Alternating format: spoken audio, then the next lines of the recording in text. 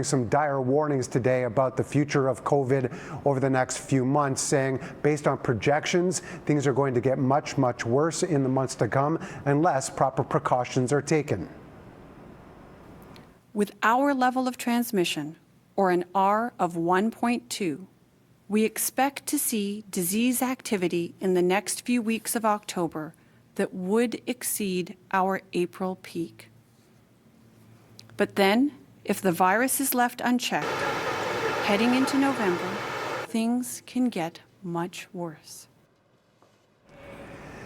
So here's some of the modeling that was presented. These lines show how high the case counts could get based on the R value she mentioned, an indicator of how many others an infected person could transmit the virus to.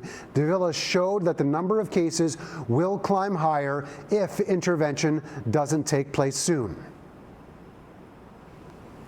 This is a very difficult balance to strike. But when I look at all the evidence that's out there, we know that the better we can bring the virus under control, the better that we can bring transmission of virus under control earlier, faster, and harder within the resurgence period, the sooner we can get back to regular activities. You have to rely on our experts to make sure they can offer consolidated advice to us, because we've seen what can happen when you have politicians who substitute their judgment for that of people who are trained to look at this information and to tell us how we can minimize the illness and loss of life that would result from not doing anything or from doing the wrong thing, as it were.